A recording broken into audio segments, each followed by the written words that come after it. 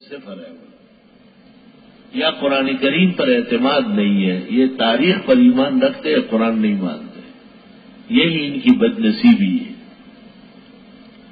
وَلَا يَأْتَلِ أُولُو الْفَضْلِ مِنْكُمْ وَالسَّعَةِ، قسمیں نہ کھائیں بزرگ لوگ تم میں سے اور گنجائش والے۔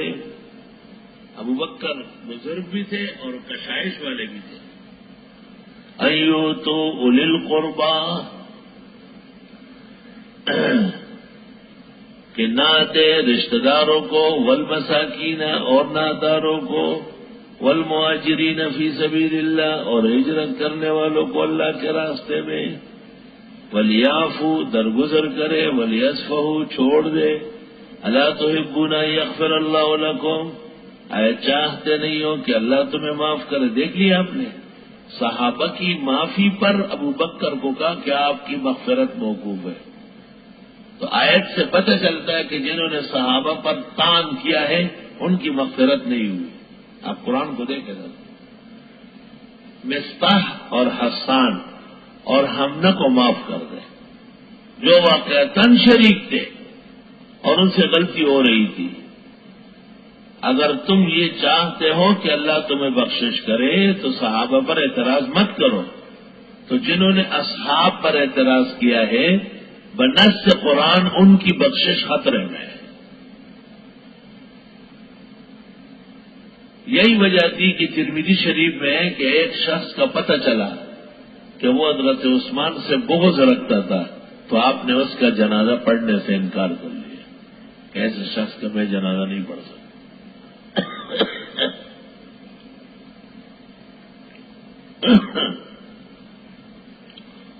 مولانا مودودی کی جماعت کو سنجیدگی سے غور کرنا چاہیے۔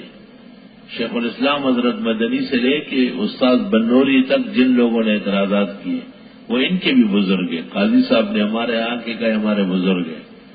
میں نے کہا امیر جماعت کی حیثیت سے آپ ان عبارات سے برت کا اعلان کریں، کم از کم جماعت جو ہے وہ گرفت سے بچ جائے۔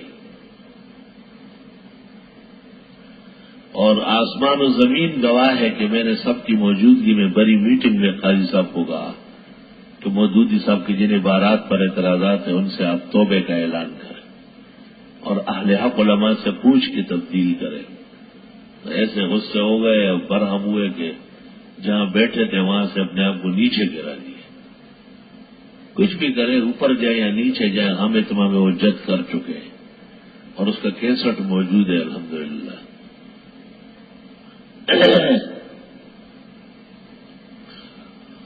آیا تم چاہتے نہیں کہ بخشش کرے تمہاری اللہ، اور اللہ بخشنے والا رحم والا ہے۔ الحمدللہ اہل سنت والجماعت کے نزدیک کسی صحابی پر بھی اعتراض جائز نہیں ہے۔ تفصیلات کے لیے اہل سنت والجماعت کے مشہور امام ابو الحسن الشری کی کتاب الابانہ عن اصول الدیانہ دیکھ لیا جائے۔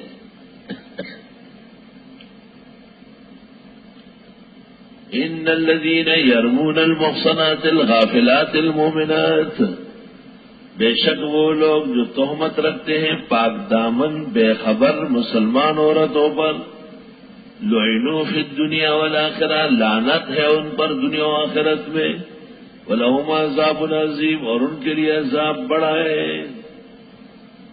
تو جو صحابہ پر تہمت لگاتے ہیں اور ان پر ناجائز کیچڑ اچالتے ہیں، لعنوا فی الدنیا والآخرہ، وہ بھی لعنتی ٹیم ہے دنیا و آخرت میں۔ یہ کیسے بیٹھا ہوا ہے یہ چارلی کیسے بیٹھا ہوا ہے؟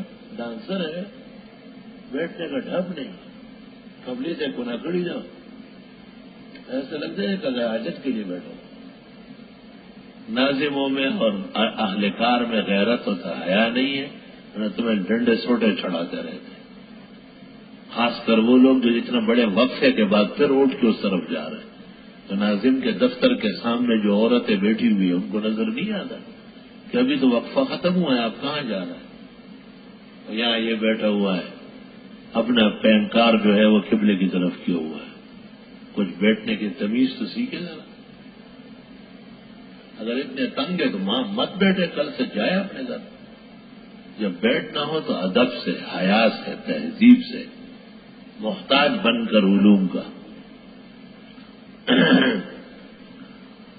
یوم تشہد علیہم السنتہم، جس دن کی گواہی دیں گے ان کے خلاف ان کی زبانیں، وایدیہم، اور ان کے ہاتھ،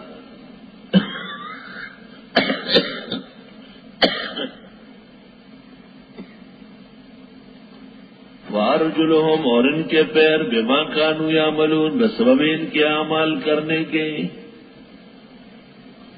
یومئذ یوفیہم اللہ دینہم الحق، اس دن پورا دے گا اللہ ان کو دین برحق، یعنی بدلہ۔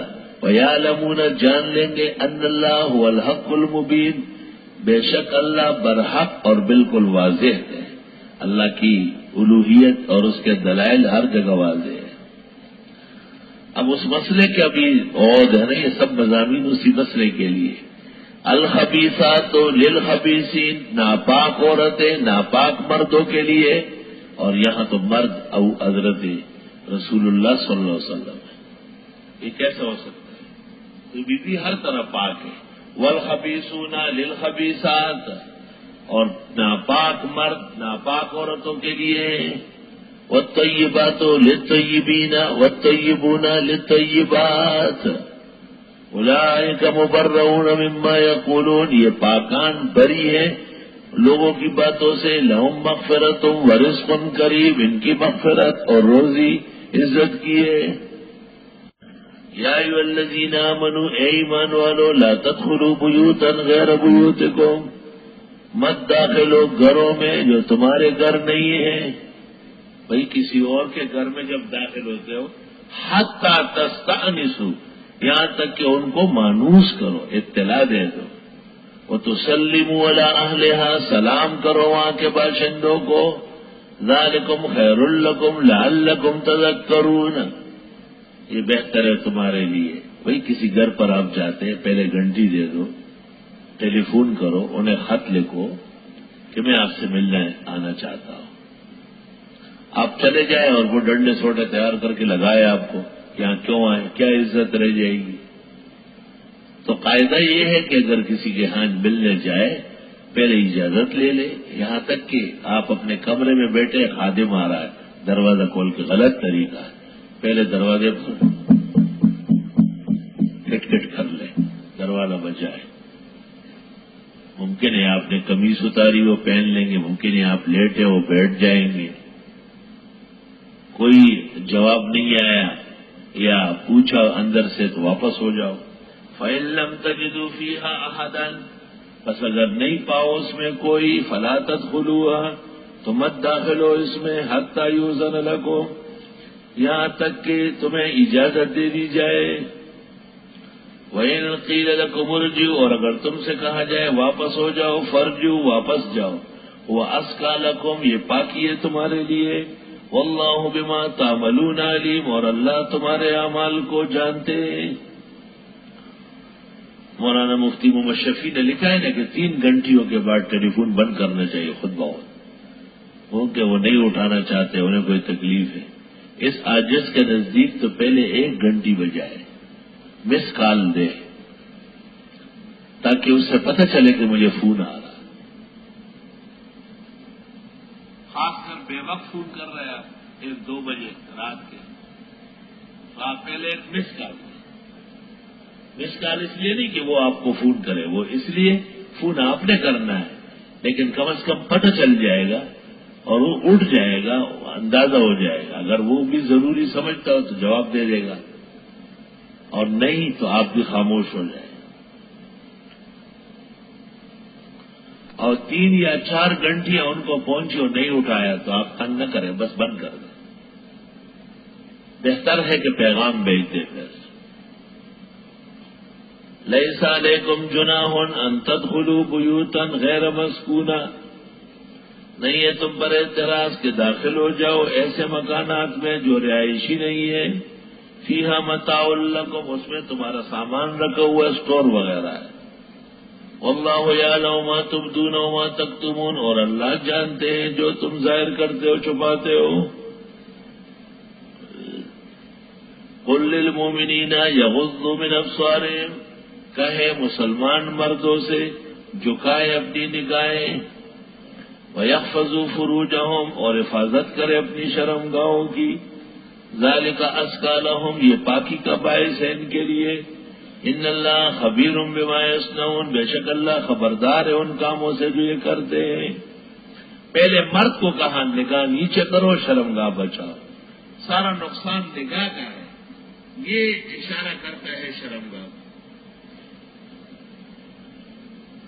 لوگ اشکال کرتے ہیں کہ نابینا جو شرارت کرتا ہے وہ تو نابینا کی نگاہ نہیں ہے، نگاہ کی دلالت ہے، خواہشات اسی طرح ہی ہے، بلکہ نگاہ نہ ہونے کا ایک اور نقصان ہے، وہ یہ کہ نابینا جو ہوتا ہے وہ بے حیا بہت بڑا ہوتا ہے، کیونکہ حیا پیدا ہوتی ہے دیکھنے سے، وہ دیکھتا نہیں، تو وہ باتیں کرتے ہوئے یا ہاتھ لگاتے ہوئے اس کو پتہ نہیں چلتا ہے کہ اس کا کیا نتیجہ ہوگا، جب تک کہ اس کو سریے سے پیٹ نہ دے۔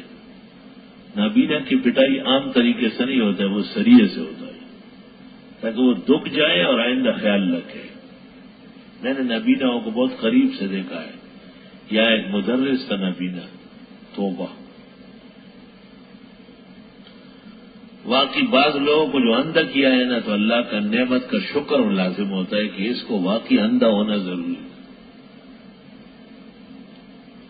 موسیٰ علیہ السلام کہتے کوئی دور جا رہے تھے، دیکھا کہ سب لوگ نہا رہے اور ایک کنارے پر بیٹھا ہوا کندھے ہلا رہا ہے، ہنس رہا ہے، تو نہیں نہا سکا؟ جی میں تو نابینا ہوں، ڈوب جاؤں گا، پھسل جاؤں گا، میں نہیں نہا سکتا۔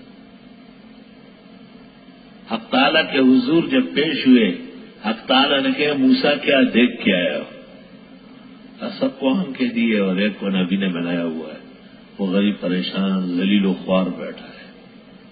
اب تعالیٰ نے کہا موسیٰ رہنے دو، یہ میری مخلوق ہے، میں ان کو جانتا ہوں، کہ میں بھی تیرا کلیم ہوں، مجھے بھی یہاں بلاتے ہو، اعتماد کرتے ہو، دے دو اس کو آنکھیں، ٹھیک ہے۔ حضرت جب واپس آئے دیکھا تو نابینا ٹھیک ہو چکا ہے، پانی میں کھڑا ہے اور سب لوگوں کو کیچڑ پھینک رہا ہے، اور کوئی بھی اندر تالاب میں نہیں اتر سکتا ہے۔ موسیٰ علیہ السلام نے پوچھا، انہوں نے کہا یہ ہمیں چھوڑتا ہی نہیں، ہم کیچڑ مارتا ہے، تنگ کرتا ہے۔ موسیٰ علیہ السلام فوراً واپس روانہ ہو گئے۔ کوئی دور جا کے کہا خدایا اس کی آنکھیں کیا، اس کی گردن بھی ذرا ٹیڑھی کرے، تو بہت شیطان آدمی۔ حضرت کو حق تعالیٰ نے کہا کہ اے موسیٰ میرے تمام امور حکمت اور مصلحت سے لبریز ہے، روضۃ الریاحین اور الریاض المرتاض وغیرہ کتابیں۔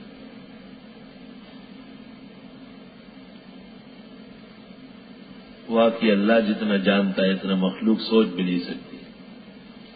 وَقُلْ لِلْمُؤْمِنَاتِ، اور کہے مسلمان عورتوں سے یغضضن من ابصارہن، نیچے کرے اپنی نگاہیں، وَيَحْفَظْنَ فُرُوجَهُنَّ، اور بچائے اپنی شرمگاہوں کو۔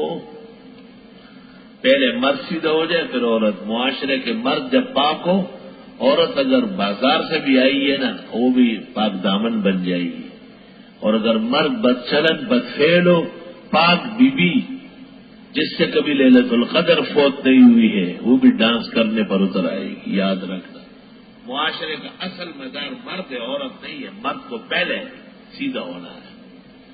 جس قوم کے مرد صحیح ہے اور پردہ نشین ہے، اس قوم کی عورتیں الحمدللہ شرعی پردہ کر رہی ہیں۔ وَلَا يُبْدِينَ زِينَتَهُنَّ، اور ظاہر نہ کرے بناؤ سنگار۔ عورتوں کی یہ ایک عادت ہے کہ جب وہ زیورات پہن لیتی ہے، قیمتی کپڑے، تو اب بھائی پڑوس والوں کو پتہ بھی چلنا چاہیے، ایسا یہ خاص عادت ہے عورتوں کی۔ اور عورت کی نما مرد جو ہوتا ہے اس کی بھی یہ عادت ہے۔ کہتے ہیں ایک عورت نے اپنے لیے نتن بنوایا اور خاوند نے انگوٹھی بنائی اپنے لیے، تو بڑے پریشان تھے کہ لوگوں کو پتہ ہی نہیں چلا۔ کہا ایک چھوٹی سی دعوت کرتے ہیں، اس میں لوگ آ جائیں گے، دیکھ لیں گے۔ تو کھانا پکوایا اور اس کا خاوند جو تھا وہ راستے میں کھڑا تھا، اور جس انگلی میں انگوٹھی تھی نا اس کے ذریعے کہتا تھا کہ سب مرد لوگ میری انگلی کو دیکھ کے چلے، جہاں یہ ہل رہی ہے اس طرف راستہ ہے، اس طرح چلے. اور اس عورت نے کہا دیکھو بات یہ ہے، ادھر دیکھو کہ یہاں اندر خواتین آئے. تو یوں دونوں نے اپنے زیورات کا مظاہرہ کیا. اور ظاہر نہ کرے اپنا بناؤ سنگار، مگر وہ جو دکھائی دے اس میں سے مجبوری ہے. علماء دین نے کہا ہے کہ خاتون کے بدن پر جو کپڑا ہے جیسے کرتا شلوار دوپٹہ، اس کا بھی اجنبی کی آنکھوں سے پردہ ہے، اس لیے اوپر شال چادر برقع لینا ہوتا ہے. وَلْيَضْرِبْنَ بِخُمُرِهِنَّ، اور ڈال دے اپنے اوپر دوپٹے، عَلَى جُيُوبِهِنَّ، اپنے سینوں پر، کیونکہ خاتون کا سینہ جو ہے محل شہوت ہے، اس کا ابہار بھی ہوتا ہے، دکھائی بھی دیتا ہے، تو سب سے پہلے دوپٹہ اس پہ آ جائے. وَلَا يُبْدِينَ زِينَتَهُنَّ، اور نہ دکھائے بناؤ سنگار، إِلَّا لِبُعُولَتِهِنَّ، مگر اپنے خاوندوں کے لیے، او آبائہن، یا اپنے والدین کے لیے، او آبائے بولتہن، یا سسر کے لیے، او ابنائہن، یا بیٹوں کے لیے، او ابنائے بولتہن، یا خاوندوں کے بیٹوں کے لیے، او اخوانہن، یا بھائیوں کے لیے، او بنی اخوانہن، یا بھتیجوں کے لیے، او بنی اخواتہن، یا بھانجوں کے لیے، او نسائہن، یا اپنے جیسی عورتوں کے لیے. اس لیے کہا کہ عورتوں کے، کہ کچھ عورتیں ایسی ہوتی ہیں جو عورتوں کو دیکھ کر مردوں کو بتاتی ہے، ایسی عورتوں سے بھی پردہ کرنا ہے.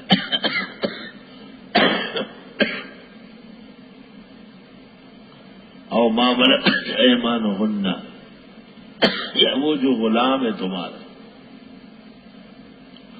گھر میں آتے جاتے ہیں، ان کا کوئی کام نہیں ہے.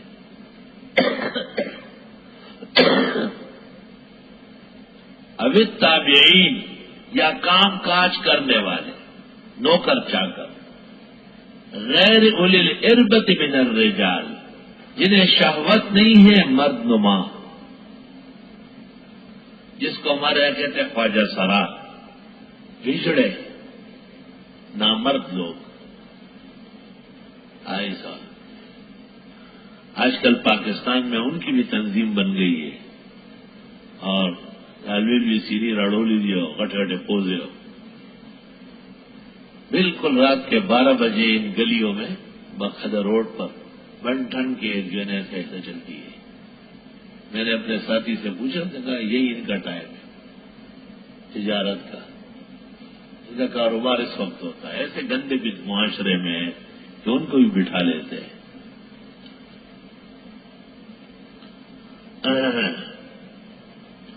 یہ گھروں میں کام کاج کرنے والے ہوں اور غیر اولی الارباء، شہوت و اشتہا ان کو نہ ہو، انہیں ایسی باتیں ہی نہ کرتے ہو. بخاری شریف میں ہے، رسول اللہ صلی اللہ علیہ وسلم کی خدمت میں ایک خواجہ سرا آتا تھا اور خدمت کرتا تھا، گھر میں آتا جاتا تھا، غیر اولی الارباء من الرجال. اچانک اس نے ایک شخص کو کہا کہ اگر اللہ تعالیٰ نے طائف فتح کر کے دے دیا تو وہاں ایک عورت ہے، تقبل باربعین و تدبر بثمان، جو آتی ہے تو 4 چھڈے ہوتے ہیں، جب پلٹ جائے گی نہ تو نٹی ہوئی. عربوں کے ہاں خوراک کم ہے، زمین خشک ہے، عورتیں دبلی پتلی ہوتی ہے، وہ موٹی عورت کو پسند کرتے تھے، اور وہ کہتے تھے کشتی جتنی بڑی ہو بیٹھنے میں آرام ہوتا ہے. اس لیے کہا انہا تقبل باربعین و تدبر بثمان. پیغمبر نے جو سنا، آپ نے کہا آئندہ ادھر گھر میں نہ ہے، خبردار. اس نے تو عورت کا پورا جغرافیہ بتا دیا. او الطفل الذین لم یظہروا علی عورات النساء، یا وہ بچے جو جانتے نہیں عورتوں کی باریکیاں، چھوٹے چھوٹے بچے، ان کو خیال ہی نہیں. ہائے ہائے کیا زمانہ تھا. میں اتنے بڑے قد کا تھا، اور ایک گھر میں کہا، میں نے کہا دودھ ہے، تو اس سے ایک نوجوان لڑکی چیخ پڑی. اس نے کہا اللہ نے میرا منگیتر بھیجا، اس کو پکڑو، میں اس سے شادی کرتی ہوں. تیار لڑکا آ گیا. میں گلاس بھی چھوڑ کے بھاگا. والدہ صاحبہ نے کہا دودھ نہیں لائے. میں نے کہا میں ان کے گھر گیا, انہوں نے ایسی باتیں شروع کی. تو والدہ نے کہا وہی آپ گھر کے اندر چلیں گے. میں نے کہا اور کیا, آپ نے مجھے کہا ہے کہ کسی کے گھر میں مت جاؤ. کہو میں تجھے کہوں گی, تو پورا جوان ہے, کیوں جاتا ہے. پیچھے سے وہ خاتون آئی, گلاس بھر کے دودھ, ہنس رہی تھی. میری والدہ نے کہا میرے بیٹے کو ڈرا دیا ہے.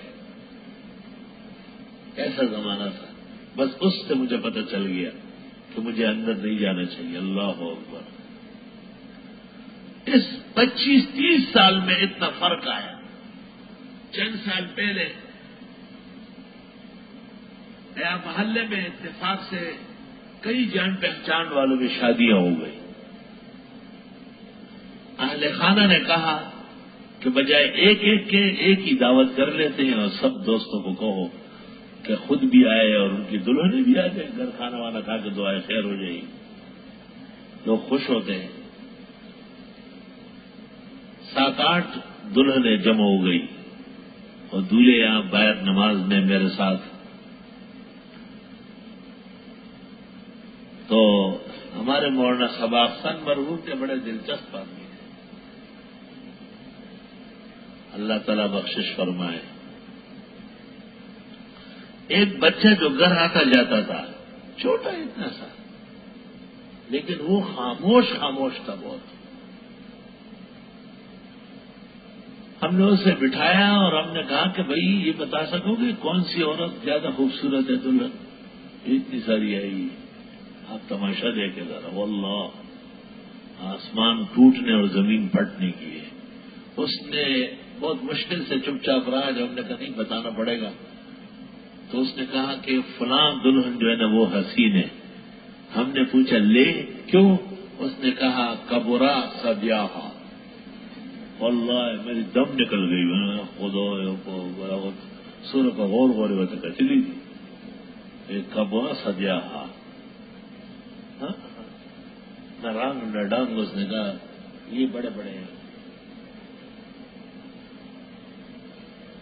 قرآن اس لیے کہتے ہیں کہ وہ بچے جو اطلاع نہیں پاتے ہیں عورت کی باریکیوں پر. اس زمانے کے بچے تو بالکل عورت کو حاملہ کر دے گی. ایسے بدماشان ہے یہ تو ٹیلی ویژن اور وی سی آر اور چینلوں کے سامنے پلتے بڑھتے ہیں. یہ تو وقت سے پہلے بالغ ہوتے ہیں. یہ ہنسنے کی یہ ٹھیک ہے آپ ہنسیں, لیکن یہ حقیقت و حکمت کا کلام ہے کہ ان بچوں سے بھی اب پرہیز کرنا ہے. ولا یضربن بارجلہن, نہ مارے پیر اگر پازیب پہنی ہوئی ہے. لیعلم ما یخفین من زینتہن, تاکہ پتہ چل جائے وہ جو پوشیدہ ہے اس کا بناؤ سنگار. بعض عورتیں پھر ہاتھ ہلاتی ہے شرانگ شرانگ, تو چلنے میں پیر کو حرکت دیتی ہے تاکہ کڑنگ کڑنگ پازیب کر لے. وَتُوبُوا إِلَى اللَّهِ جَمِيعًا أَيُّهَا الْمُؤْمِنُونَ, توبہ کرو اللہ کے حضور سب مل کر اے مسلمانوں. اللہم انا نتوب الیک, اللہم انا نسألک التوبہ, اللہم تقبل توبتنا. دائم توبہ کرتے اور ہماری توبہ قبول فرما. نسل و نسب میں پاکان پیدا فرما. لعلکم تفلحون. وَأَنكِحُوا الْأَيَامَ مِنكُمْ وَالصَّالِحِينَ مِنْ عِبَادِكُمْ, اور نکاح کر لو بے خاوندوں عورتوں کی تم میں, اور وہ جو نیک غلام ہیں تمہارے. وَإِمَائِكُمْ, اور کنیزیں. یعنی کوشش یہ کرو کہ معاشرہ کے اندر بے زوج کوئی نہ رہے, کیونکہ نقصانات کرے گا. پشاور میں بارش ہوئی تھی بہت زیادہ, بے بارش تو ہوتی رہتی ہے. ایک دالان کے نیچے برانڈے میں کافی نوجوان جمع تھے, گپ شپ لگا رہے. تھوڑی سی بارش رک گئی. ایک بوڑھی عورت ڈنگوری لگاتی ہوئی وہاں سے گزر رہی تھی. وہ بھی بارش ہوئی تھی تو موڈ میں تھی. اس نے بچوں کو دیکھ کے کہا کہ تم کیا ہنس رہے ہو, کیوں یہاں جمع ہو. لڑکوں میں ایک لڑکا حکیم مزاج کا تھا, عقل مند تھا وہ. اس نے کہا اماں آپ کو کیا پتا ہے, کیا زبردست فیصلہ ہوا ہے. کیا فیصلہ؟ کہ یہ فیصلہ ہوا کہ ہر وہ عورت جو 40, 50, 60, 70 سال کی ہے اس کے ساتھ 30, 40, 35, 25 سال کا نوجوان قانوناً نکاح کرے گا. تو اس بوڑھی عورت نے لنگوری پھینکی اور کہا پشاور اب پشاور ہوا پہ ہورس پہ ہورس خوشحال چھوڑ جائے گا ذرا کہ بما سب پہ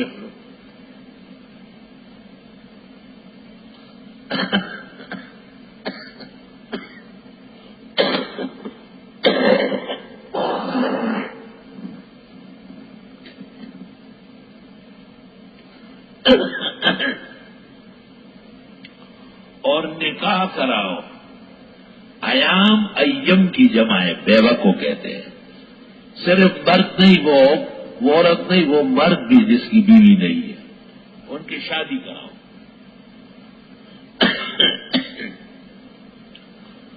والصالحین من عبادکم، اور نیک جو تمہارے غلام ہیں، شاگرد خادم ہیں، سب کی شادیاں کراؤ. وَإِمَائِكُمْ، اور تمہاری کنیزیں.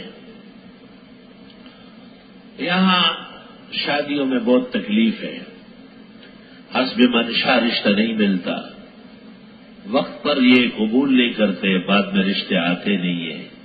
کئی گھرانوں میں ہماری بہنیں اور بیٹیاں بیٹھی ہیں، اللہ رب العالمین ان کو مستقبل کا بہترین رشتہ عطا فرمائے. ایک آدمی میرے پاس اٹھتا بیٹھتا تھا اور بہت روتا تھا کہ میری بیٹیاں ہیں ایک کی جگہ 8 کے 8 بالے میں، ایک رشتہ نہیں آتا. میں نے کہا کوئی شرط نہیں، بس مسلمان ہوں. تو میں نے کہا کل ختم بخاری ہے، 300 کے قریب مجھ سے بخاری پڑھ کے فارغ ہو رہے ہیں، ان میں آپ 8 نوجوان پسند کر لیں. ہمیں بخاری شریف کے ختم میں اجتماعی نکاح پڑھ لوں گا، آپ ان کو مکان کا انتظام کریں، مہر کا کریں، کیونکہ تو مسافر ہے. ایک بات بتاتا ہوں کہ تمہاری بہنیں یا تمہاری بیٹیاں کبھی بے نوا نہیں ہوگی، وہ بے وفائی نہیں کریں گے. وہ کہیں گے ہمیں درس میں استاد کی اجازت سے شادی ملی ہے، عمر بھر وہ اس کی غلامی کریں گے. تو جیسے ہی سنا یقین کرو اس پر بالکل غشی تاری ہو گئی. طالب کو یہ تو میں بہت مشکل ہو جائے گا. میں نے کہا پھر ذلیل ہوتے رہو اور اسی طرح ہی اپنے گھر کو تباہ و برباد کر لو، اور بیویوں کا یہ تو ان کا ایمان ہے. طالب میں کیا ہے؟ بے حسین جمیل، 5 وقت عابد زاہد پاک صاف، جوانی اور پوری زندگی دین اسلام پر قربان کرنے کے لیے کمر بستہ، ماں باپ گھر بار سب چھوڑ کے علوم پڑھنے مسافر بیٹھا ہے. شادی تو بہت معمولی چیز ہے. طالب کا تو وہ اکرام ہونا چاہیے کہ سطح الارض پر اس کی نظیر نہ ہو. لیکن افسوس کہ ان میں وہ سوچ وہ شعور نہیں آیا. یکونوا فقراء، وہ شیخ سعدی نے ایک قصہ لکھا ہے.